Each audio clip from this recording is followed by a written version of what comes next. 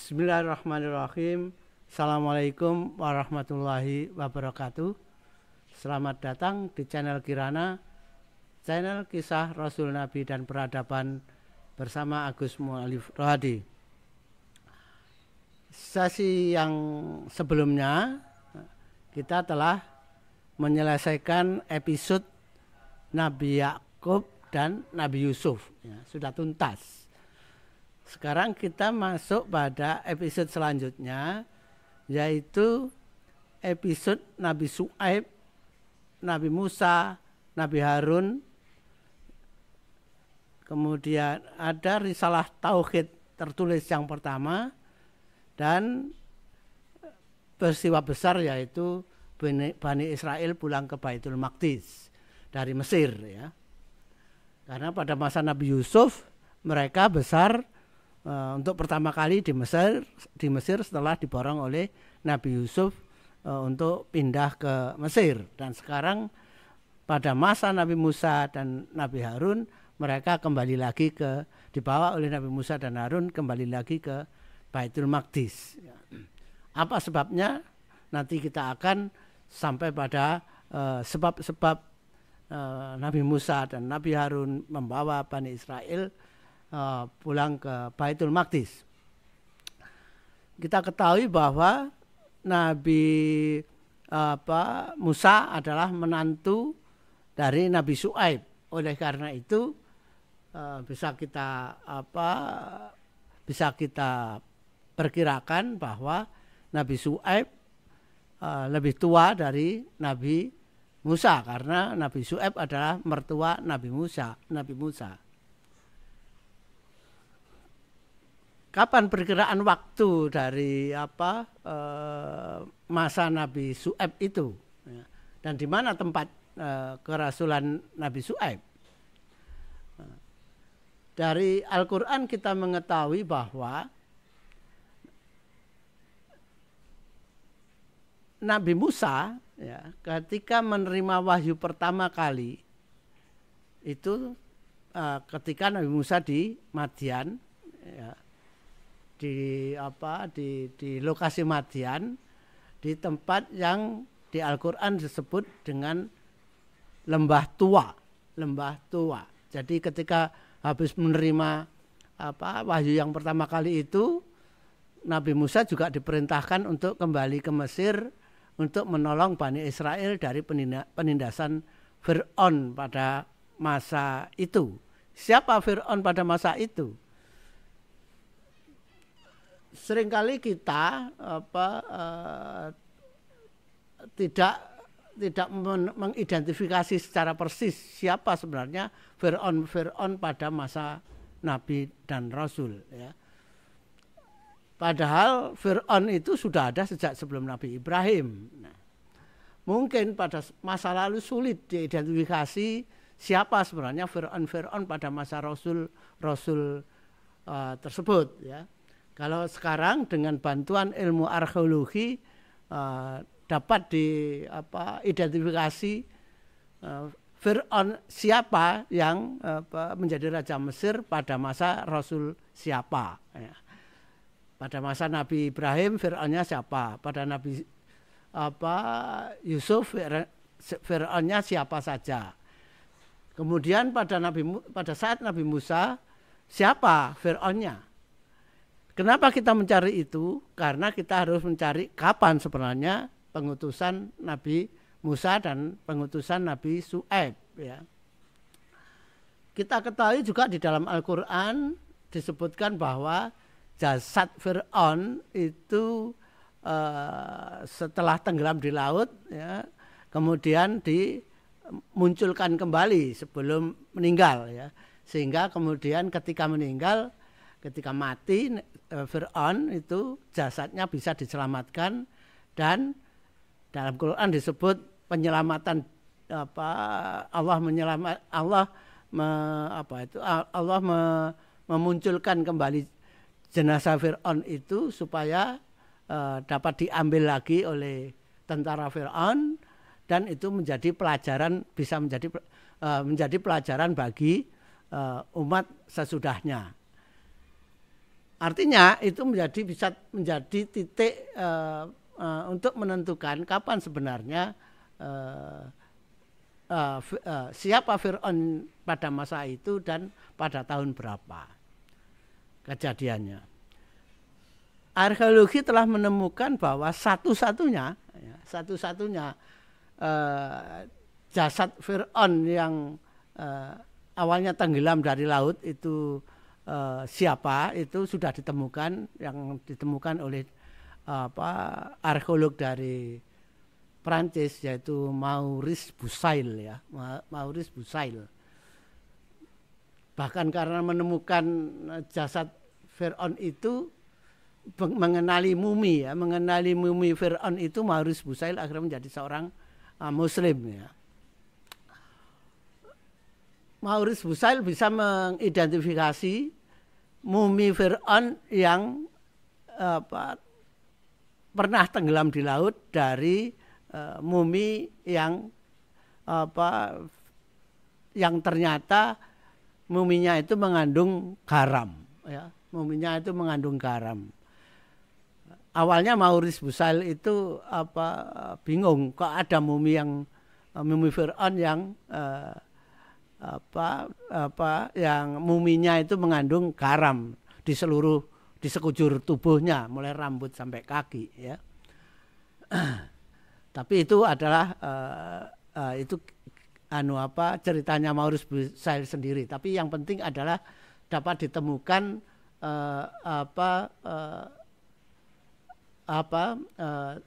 Fir'aun yang tenggelam itu oleh Maurice Bucaille dari sekujur tubuh mumi yang mengandung unsur garam, yaitu Meremtah.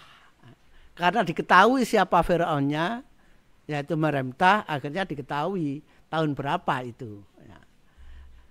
Diperkirakan bahwa itu tahun 1200, sekitar tahun 1293 sebelum Masehi.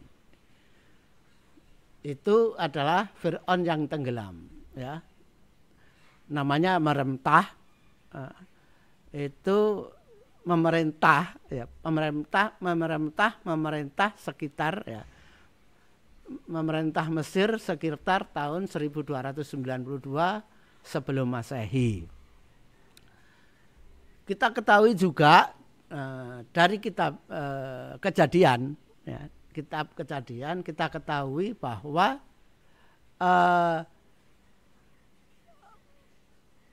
pada saat Nabi Musa mendapatkan wahyu yang pertama kali, yang di Al-Quran disebut tempatnya di Lembah Tua, kalau di kitab Keluaran ya, di Taurat kitab Keluaran bukan kitab Kejadian, mohon maaf, di kitab Keluaran ya.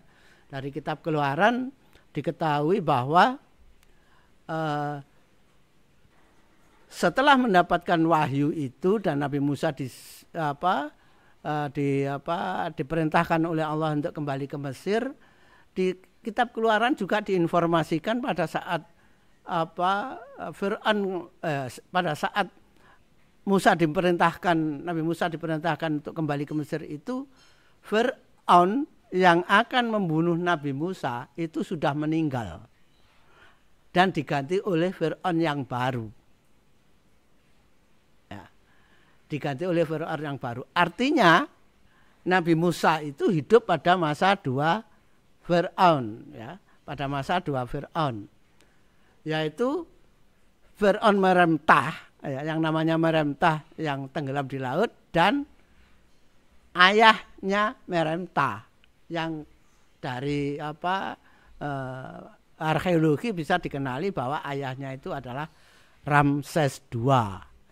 Sedangkan Meremtah sendiri hanya menjadi raja sekitar 10 tahun. Artinya Nabi Musa itu lahir ketika Mesir diperintah oleh ayahnya Meremtah, yaitu Ramses II. Dari situ juga akhirnya kita bisa memperkirakan, karena Nabi Syuaib itu mertua Nabi Musa. Jadi Nabi Syuaib berarti sejaman ya, sejaman dengan dengan Ramses II, cuma pada wilayah yang berbeda. Akhirnya kita bisa mengetahui bahwa Nabi Syuaib itu diutus di suatu tempat yang masanya adalah semasa dengan Fir'aun di Mesir, dijabat oleh dipegang oleh Ramses II. Jadi kita mengetahui masanya. Dari situ kita bisa melihat bahwa bisa memperkirakan bahwa Nabi Syuaib itu diutus pada sekitar tahun 1350 sebelum Masehi sampai 1250 sebelum Masehi ya. Kita perkirakan 100 tahun karena akan Nabi Syuaib ini kan akan menjadi mertua Nabi Musa ya. Jadi kita perkirakan 100 tahun, jadi umurnya adalah masanya adalah sekitar tahun 1350 sebelum Masehi sampai 1250 sebelum Masehi. Kemudian di mana Nabi Syuaib itu diutus? Nabi Syuaib diutus adalah di suku Madian yang disebut di dalam Al-Qur'an suku tempatnya di Aikoh ya, tempatnya di Aikoh suku Madian. Nah, di mana sebenarnya suku Madian? Suku Madian itu asal usulnya bagaimana sehingga Nabi Syuaib menjadi rasul di sana? Kita ketahui bahwa tidak ada rasul dan nabi setelah masa Nabi Ibrahim yang bukan keturunan Nabi Ibrahim. Kita ketahui bahwa dari kitab Kejadian ya, bahwa Nabi Ibrahim selain mempunyai istri Sarah dan Hajar juga mempunyai istri lain yaitu Ketura ya. Ketura diperistri Nabi Ibrahim setelah istrinya Sarah dan Hajar meninggal. Dari istri yang bernama Ketura itu kemudian mempunyai anak 5 orang, di kitab Kejadian disebut ada 5 orang. Salah satu anak dari Ketura itu adalah Midian. Dari Midian inilah kemudian muncul suku Madian ya. Dan dari suku Madian ini kemudian muncul Nabi Syuaib. Jadi nasabnya dengan demikian masih sampai pada Nabi Ibrahim. Di mana lokasinya suku Madian atau suku Midian itu? Dari gambar ini kita mengetahui bahwa Midian atau Madian ya, itu letaknya di pesisir timur Teluk Aqabah ya. Di pesisir timur Teluk Aqabah yang kalau sekarang berarti masuk dalam wilayah Arab Saudi. Nah, berarti Nabi Syuaib diutus di wilayah itu yang persisnya di mana tidak diketahui ya, tapi berada di wilayah itu ya. Jadi pada saat itu Midian atau Madian itu berada di selatan wilayah yang disebut Seir ya, yang disebut Seir tempatnya suku Edom atau suku Esau, sukunya Esau. Jadi Madian posisinya berada di selatan Seir, di selatan tempat pemukimannya suku Edom yang posisinya berada di sepanjang pantai timur Laut Aqabah ya. Itulah tempat meskipun tidak tahu persis di mana ya, di mana tempat pengutusan Nabi Syuaib di wilayah Madian itu di mana tidak diketahui secara persis ya.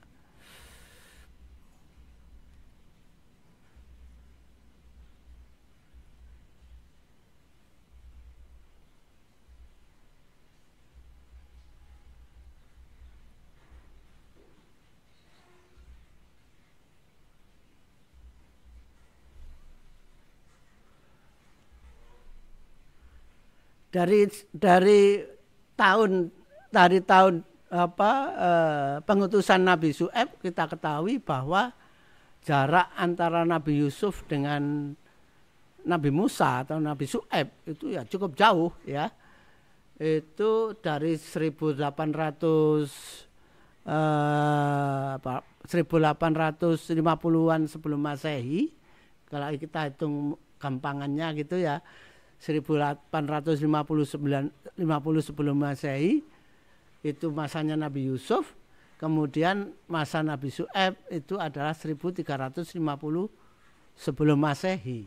Jadi ada 500 tahun lebih ya selisihnya dengan masa Nabi Yusuf ya, yang di Mesir saat Nabi Syuaib hidup adalah diperintah oleh Ramses II.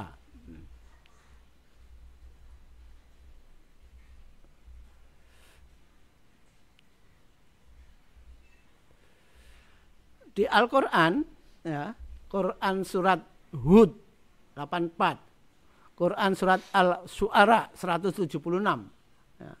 Lokasi pengutusan Nabi Syuaib itu adalah Aikoh ya. Di mana Aikoh itu yang sulit dicari ya, belum ditemukan peninggalan arkeologisnya, atau mungkin sudah diketahui tapi belum diekspos oleh pemerintah Arab Saudi ya, karena itu masuk wilayah Arab Saudi. Kalau tempat pengutusan Nabi Saleh di Al-Ula ya, itu di selatan Tabuk ya, itu sudah diketahui dan sudah dieksplorasi oleh pemerintah Arab Saudi untuk suatu saat akan jadikan lokasi wisata ya. Meskipun sudah diekspos tapi belum dipersiapkan secara besar-besaran untuk menjadi suatu wilayah destinasi wisata ya. Nah, sedangkan Aikoh tempatnya Nabi Syuaib ini belum diketahui persis. Mungkin saja Arab Saudi sudah mengetahui tapi belum dieksplorasi ya, sehingga belum diekspos ya. Karena tempatnya di sepanjang timur pantai Laut Aqabah ya.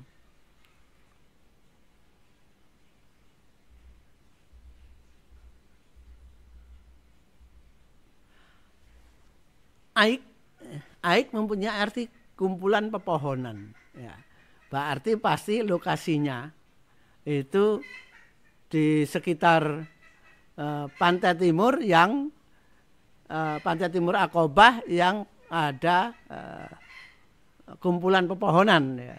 Saya kira mungkin cukup banyak ya kumpulan pepohonan di sekitar pantai timur Aqabah, sehingga tapi meskipun cukup banyak mungkin masih ada peninggalan dari mungkin masih ada bekas-bekas peninggalan dari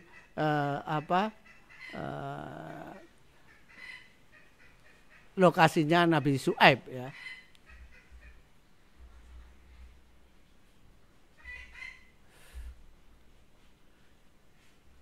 Disebutkan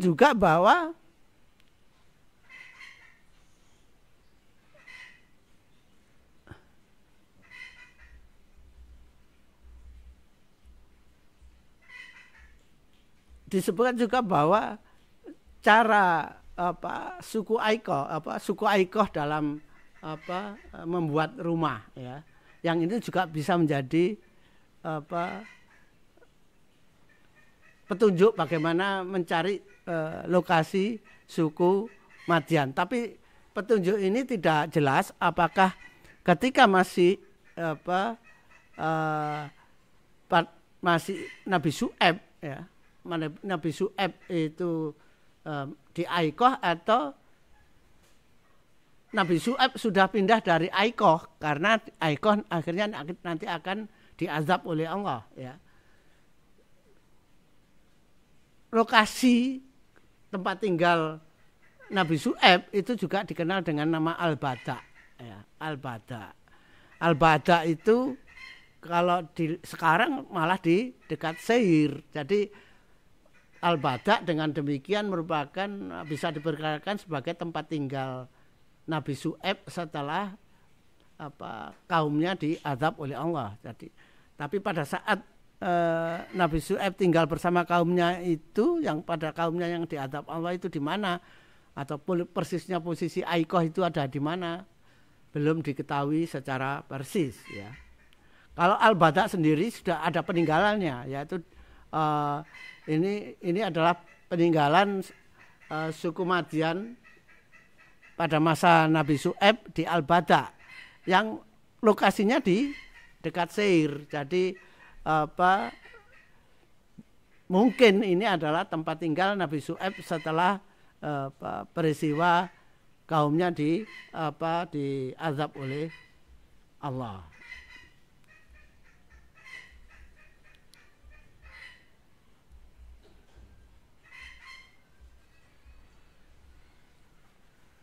Keseharian kehidupan suku Aikoh Madian saat itu adalah berdagang. Ya, dalam Al-Quran disebut berdagang. Ya. Pekerjaan tersebut disebabkan wilayahnya ada lintasan yang menghubungkan banyak wilayah yang dihuni oleh suku-suku Arab. Ya. Jadi wilayahnya dekat dengan suku-suku Arab, yaitu suku Qaidar atau suku Kedar, keturunan Nabi Ismail yang berada di Jazirah Arab, yang dari suku Kedar ini nantinya menurunkan Nabi Muhammad ya. Kemudian juga dekat dengan suku keturunan Nabi Ismail yang lain, yaitu suku Nabit atau Nabayot ya. Anak pertama Nabit atau Nabayot ini adalah anak laki-laki pertama Nabi Ismail ya. Juga dekat dengan suku Moab dan suku Amon ya. Dua suku keturunan cucu Nabi Lut ya. Dan juga yang paling dekat adalah dengan suku Edom atau dan suku-suku Kanaan kuno lainnya ya. Jadi yang paling dekat adalah suku Edom. Dengan demikian Aikoh menjadi tempat yang strategis pada masa itu sebagai lintasan perdagangan, mulai dari suku Amon ya, wilayah suku Amon yang tempatnya di Yordania yang dekat kota Aman itu ya, dekat kota Aman, yang di sana ada kota Aman itu, hingga sampai ke Jazirah Arabia ya, sampai pada Jazirah Arabia dekat dengan ya cukup jauh juga dengan Bakkah, di mana suku Qaidar berada ya. Suku Qaidar keturunan Nabi Ismail berada di Bakkah ya. Jadi suku Aikoh betul-betul menjadi lintasan perdagangan yang itu kemudian membuat suku Aikoh, suku Madian di Aikoh, kaumnya Nabi Syuaib itu perdagangan menjadi tempat transaksi perdagangan adalah menjadi jasa ya. Jadi menjadi wilayah jasa transaksi perdagangan antar suku ya. Sehingga dia kaya raya, suku Aikoh itu kaya raya. Hanya sebagai tempat transaksi aja sudah kaya raya dia, memfasilitasi perdagangan, keperluan perdagangan antar suku ya.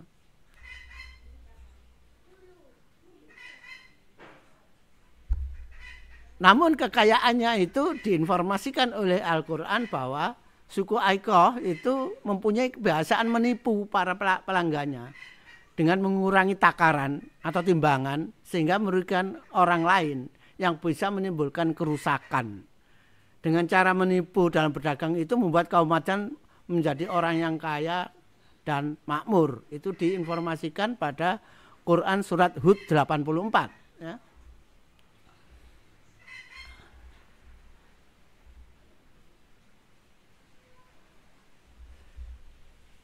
Diinformasikan oleh Quran surat Hud 91 bahwa Nabi Syuaib adalah penduduk Madian yang orang tua dan saudara-saudaranya berasal dari suku Madian dan dianggap sebagai orang yang lemah di antara penduduk suku Madian.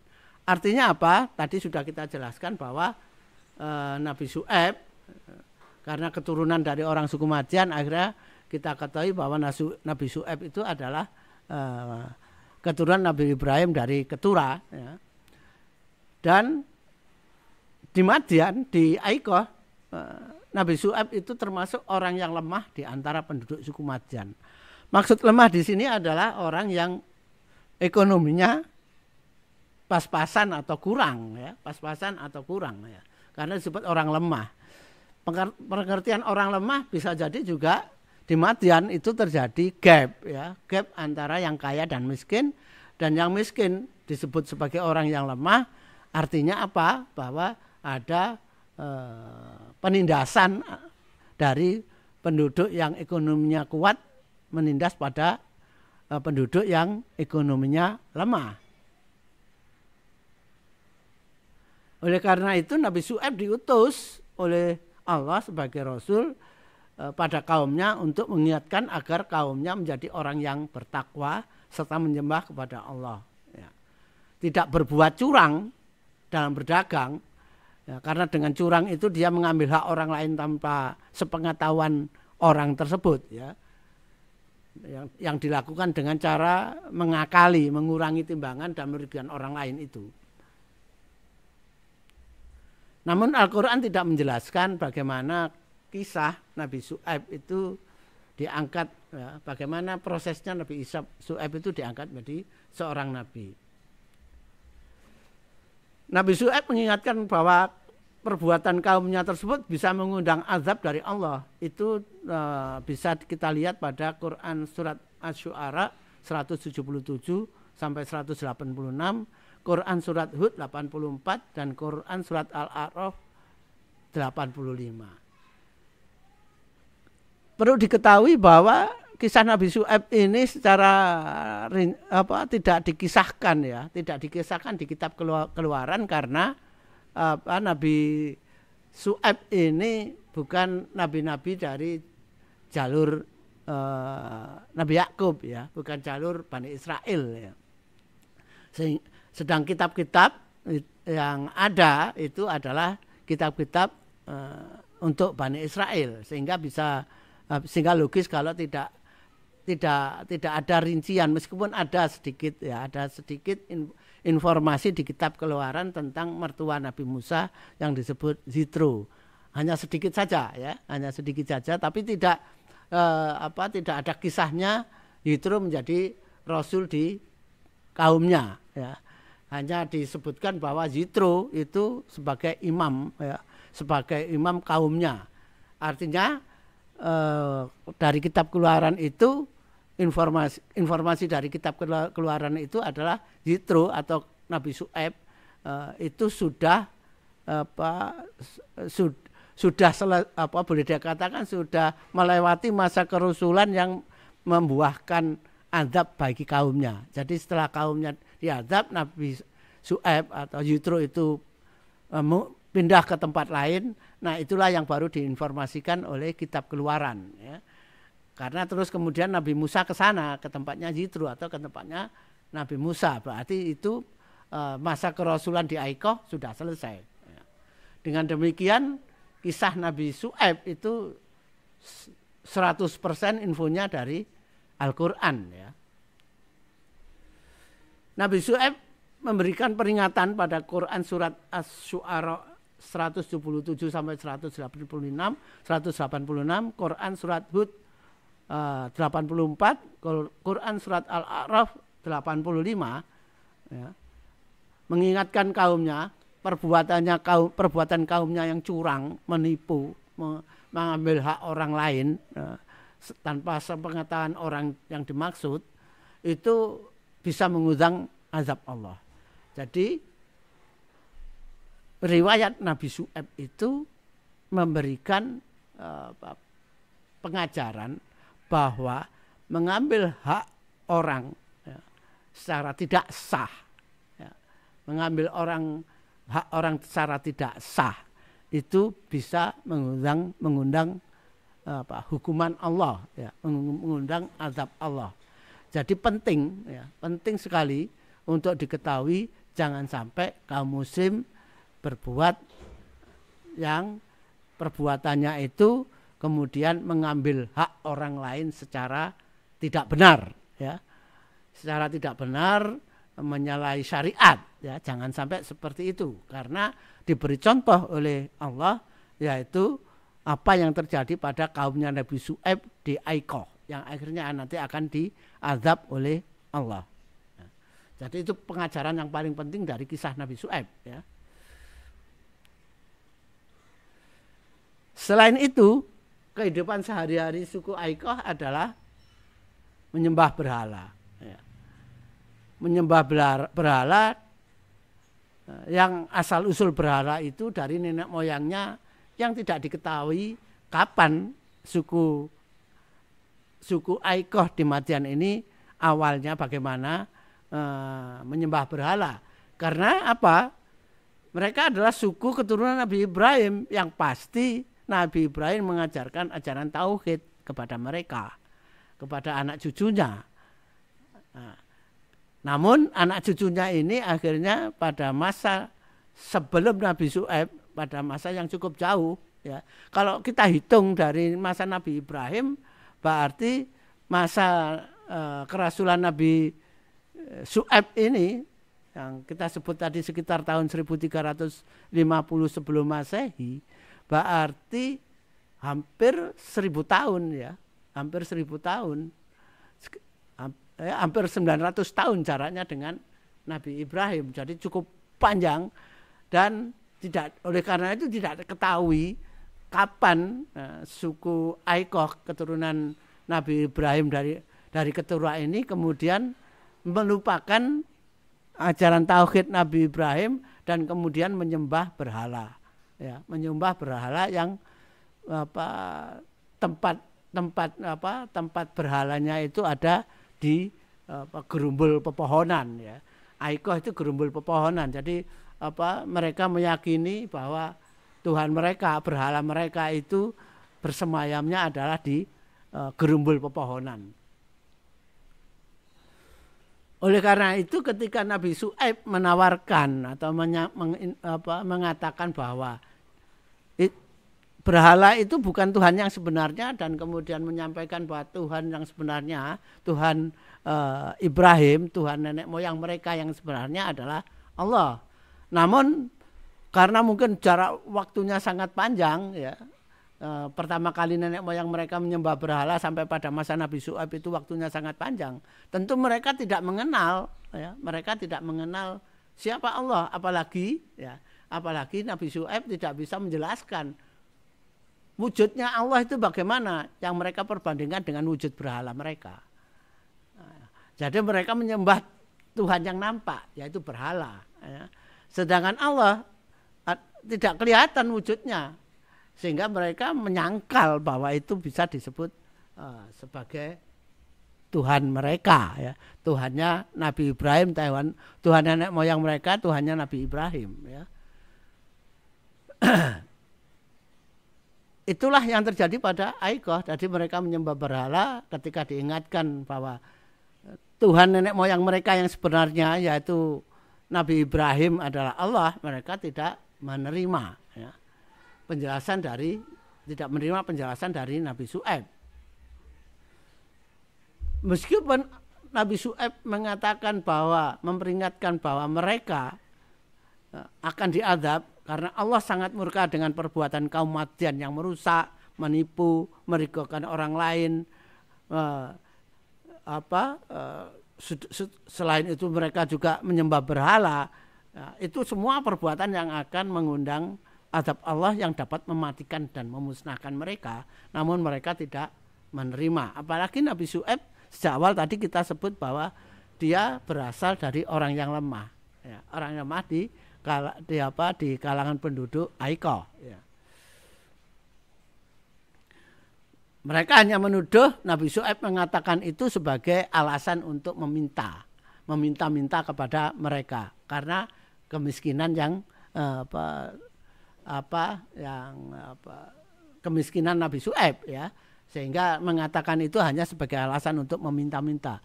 Mengatakan akan ada hukuman itu, akan turun azab itu sebagai alasan untuk meminta-minta. Artinya Nabi Syuaib dianggap pemeras, Nah, dengan menakut-nakuti akan ada azab dari Allah itu. Ya. Namun Nabi Syuaib ya, disebutkan dalam ayat-ayat tersebut bahwa Nabi Syuaib mengingatkan mereka itu semua tidak meminta imbalan apapun. Ya, tidak meminta imbalan apapun. Kata-kata ini juga mengkonfirmasi bahwa mereka menuduh Nabi Syuaib meminta-minta. Ya. Sehingga Nabi Syuaib mengatakan tidak meminta imbalan apapun. Ya. Dan tidak bergantung dari pemberian hidupnya, tidak bergantung dari pemberian kaumnya. Karena rezekinya sudah cukup dari Allah. Ya, itu adalah ungkapan yang padat ya, dari kondisi ekonomi Nabi Syuaib di antara para penduduk Aikoh. Ya, bahwa Nabi Syuaib adalah orang yang miskin, dianggap meminta-minta. Ya. Terus artinya bahwa pada saat itu penduduk Aikoh, di penduduk Aikoh ada gap antara yang kaya dan miskin, dan yang kaya menindas yang lemah. Ya.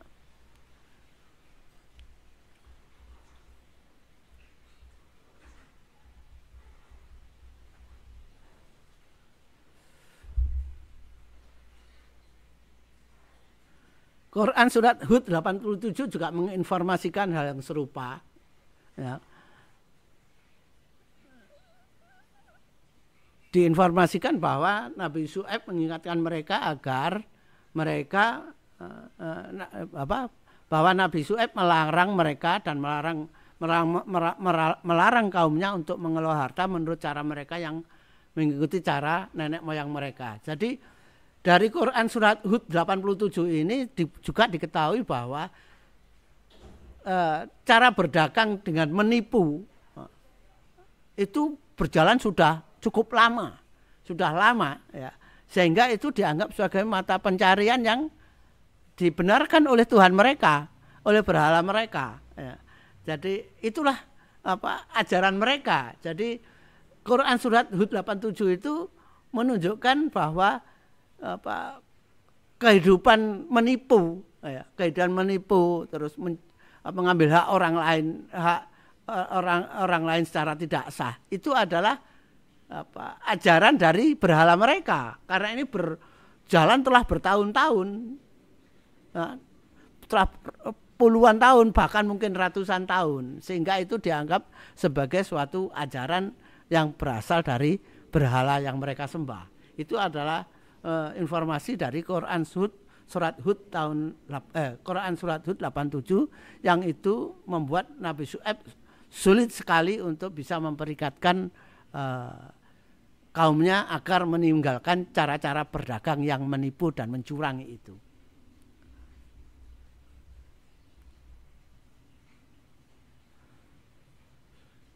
Quran surat Asy-Syu'ara 181, 183, Quran surat Hud 84 sampai 85, Quran surat Al-A'raf 85 menunjukkan bahwa Nabi Syuaib meminta kaumnya agar menyempurnakan takaran.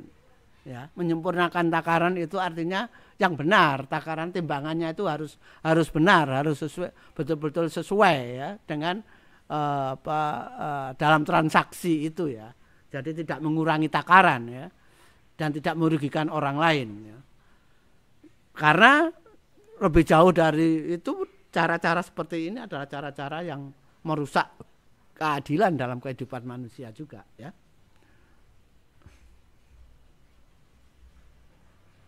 Quran surat Hud 86 juga menyatakan Nabi Syuaib memperingatkan kaumnya agar mencari rezeki yang halal. Yaitu tadi menyempurnakan timbangan itu. Artinya Nabi Syuaib mengatakan cara-cara selama ini adalah cara-cara yang ditempuh kaumnya adalah cara-cara yang haram, yang dilarang oleh Allah, dan harus kembali dalam Quran surat 86 itu mereka harus mencari rezeki dengan benar, yaitu dengan halal. Tentu karena ini cara berdagang yang dianggap ajaran dari berhala mereka itu dengan peringatan oleh Nabi Syuaib itu, berarti peringatan Nabi Syuaib itu menusuk pada inti kehidupan kaum Madian dalam kesehariannya. Karena apa? Itu akan menciptakan revolusi. Peringatan Nabi Syuaib itu akan menciptakan revolusi dalam kehidupan kaum Madian di Aikoh, ya, kaumnya Nabi Syuaib, yang sebelumnya mengenal berdagang dengan cara menipu sebagai sesuatu yang wajar karena itu dianggap sebagai ajaran dari berhala mereka, kemudian dinyatakan oleh Nabi Syuaib sebagai suatu perbuatan yang haram, dilarang oleh Allah, dan oleh karena itu mereka harus menyempurnakan takarannya sehingga rezeki mereka itu adalah yang mereka peroleh itu adalah rezeki yang halal. Itu adalah suatu revolusi. Suatu revolusi dari suatu kehidupan yang ratusan tahun harus dirubah. Dirubah dengan cara yang berkebalikan, ya.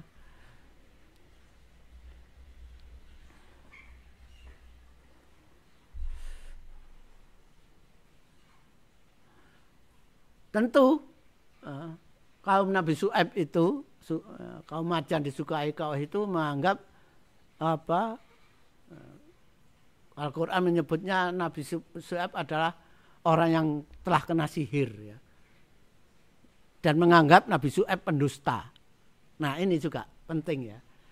Kalau keburukan itu dilakukan terus-menerus apalagi sampai puluhan ratusan tahun, maka yang disebut keburukan, penipuan itu dianggap menjadi kebenaran. Ini contoh zaman sekarang, ya. Contoh untuk zaman sekarang, zaman post-truth, ya. Zaman post-truth, bahwa kejahatan, keburukan, tingkah laku yang tidak benar, tapi kalau kemudian diinformasikan terus-menerus sangat lama, akhirnya bisa menjadi kebenaran. Itu ada contohnya di dalam Al-Quran, yaitu pada kisah Nabi Syuaib ini, ya.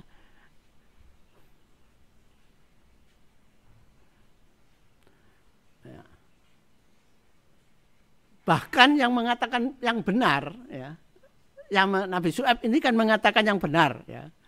Nah, mengatakan yang benar, mencari rezeki yang halal, ya, harus membuat takaran yang benar, itu dianggap sebagai pendusta. Ya persis zaman post-truth, ya, yang orang-orang yang benar dianggap pendusta. Jadi zaman dulu sudah ada kisahnya ini, yaitu zaman Nabi Syuaib itu. Orang yang benar dianggap pendusta. Jadi zaman post-truth itu sudah ada dari zaman dulu, ya. Sudah ada dari zaman, bukan sesuatu yang baru, bukan sesuatu yang baru. Post-truth itu bukan sesuatu yang baru, ya. Bentuknya saja yang berbeda, tapi intinya sama. Kejahatan, penipuan, ya, kebohongan, itu kalau penipuan, itu kalau dilakukan terus-menerus, akhirnya menjadi kebenaran, ya. Itulah contoh yang terjadi pada masa Nabi Syuaib. Sehingga Nabi Syuaib yang mengatakan benar, ya, mengatakan yang seharusnya itu harusnya kebenaran itu membuat takaran yang benar, itu dianggap sebagai pendusta. Orang yang benar dianggap sebagai pendusta. Itulah yang terjadi pada masa Nabi Syuaib, ya.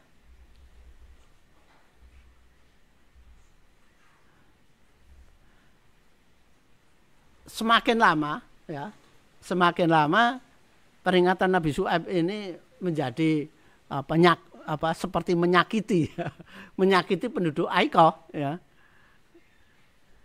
Jadi akhirnya Nabi Syuaib itu menjadi musuh dari kaumnya. Namun demikian juga masih ada orang-orang yang kebanyakan dari ekonomi lemah, orang-orang yang tertindas, kemudian menjadi pengikut Nabi Syuaib, ya.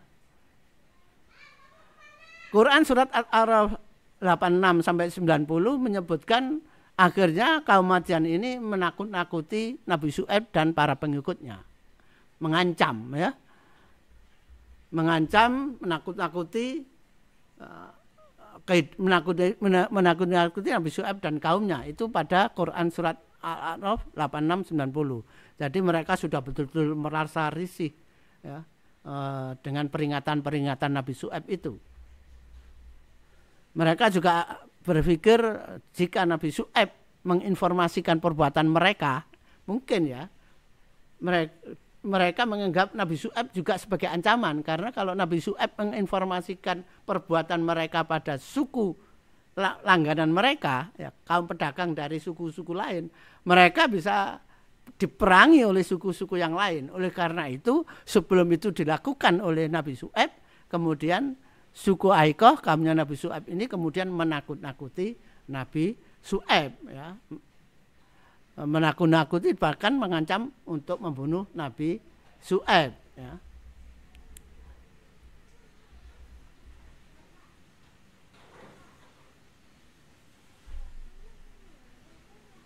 Quran surat Hud 91 ancaman itu disebutkan, ya, ancaman kepada Nabi Syu'aib itu disebutkan mereka ingin merajam.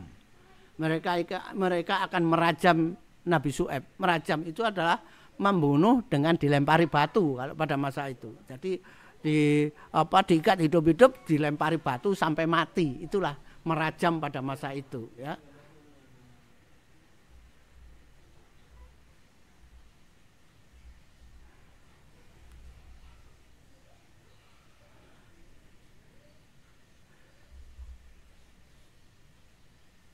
Quran surat Al-A'raf 87 juga menyebutkan bahwa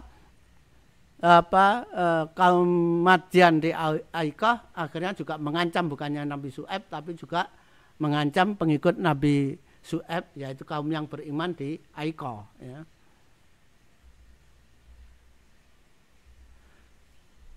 Nabi Syu'aib juga disebutkan dalam Quran Asy-Syu'ara 188 dalam rangka mengingatkan kaumnya itu dengan mengingatkan mereka pada riwayat menunjukkan pada mereka pada riwayat kaum Ad, ya, yang diazab oleh Allah, ya, dengan azab yang luar biasa. Namun peringatan-peringatan itu tidak menjadi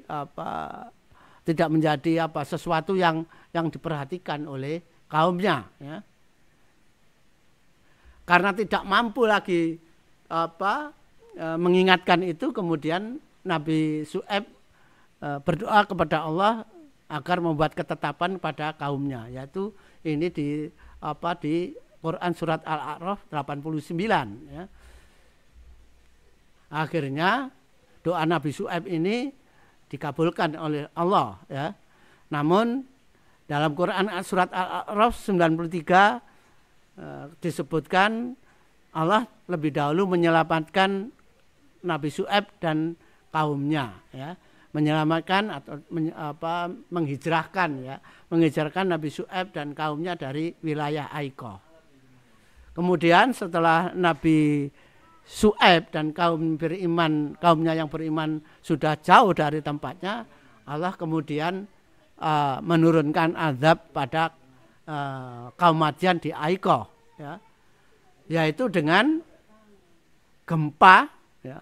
Gempa yang dibarengi dengan suara yang mengguntur sangat keras sehingga membuat kaum Madyan Aikoh mati bergelimpangan binasa seperti kaum Samud. Jadi azabnya persis azab yang terjadi pada kaum Samud. Ini juga menunjukkan bahwa tempat tinggal suku Madyan di Aikoh itu berarti juga tidak terlampau jauh dari tempat tinggal kaum Samud, kaumnya Nabi Saleh, yaitu tidak jauh dari Al-Ula. Nah, itulah riwayat Nabi Syu'aib, ya, yang kemudian Nabi Syu'aib bermigrasi ke pemukiman yang kemudian letaknya agak jauh lagi ke utara, ya, yang tidak jauh juga dari wilayah Seir yang seperti saya sampaikan tadi sebelumnya, yaitu di wilayah Madyan yang dekat dengan Seir, atau mungkin juga di Seir. Jadi Al-Bada itu mungkin di Seir, ya. Al-Bada tempat tinggal Nabi Syu'aib setelah selamat dari azab Allah, itu setelah diselamatkan oleh Allah dari azab untuk kaumnya di Aikoh, itu adalah di Al-Bada, ya. Itu sangat mungkin juga berada di Seir, ya, yang sekarang kita kenal sebagai Wadi Musa, itu, ya, bagian dari wilayah Wadi Musa. Di pemukiman yang baru inilah nantinya Nabi Syu'aib akan bertemu dengan Nabi Musa, dan Nabi Musa menjadi menantu Nabi Syuaib. Ya. Ini adalah gambar-gambar masjid. Ya. Yang di masjid ini, di dalam masjid ini ada makam Nabi Syuaib. Ya. Itu di wilayah Yordan, ya. Di kota Salt, ya, di kota Salt, ya. Sekitar 30 km dari Amman, ya. Jadi ada makam Nabi Syuaib di situ yang letaknya di dalam masjid. Ya. Itulah kisah Nabi Syuaib, ya. Hanya sedikit memang sehingga cukup sekali penayangan, ya, cukup sekali penayangan kisah Nabi Syuaib sudah selesai, dan nanti berikutnya kita akan memasuki kisah Nabi Musa, Harun dan Bani Israel di Mesir dan keluar dari Mesir. Demikian yang bisa kami sampaikan tentang kisah Nabi Syuaib. Mudah-mudahan bermanfaat sebagai kaca, ya, sebagai alat untuk mengaca kehidupan sekarang yang dikenal dengan masa post-truth, ya, post-truth, ya, yang dalam masa post-truth itu keburukan, penipuan, kebohongan, kalau kejahatan kalau disampaikan terus-menerus bisa menjadi kebenaran. Itulah post-truth itu adalah cerminnya dahulu adalah kehidupan kaum Aikoh itu. Saya kira demikian, mudah-mudahan bermanfaat. Billahi taufik wal hidayah. Assalamualaikum warahmatullahi wabarakatuh.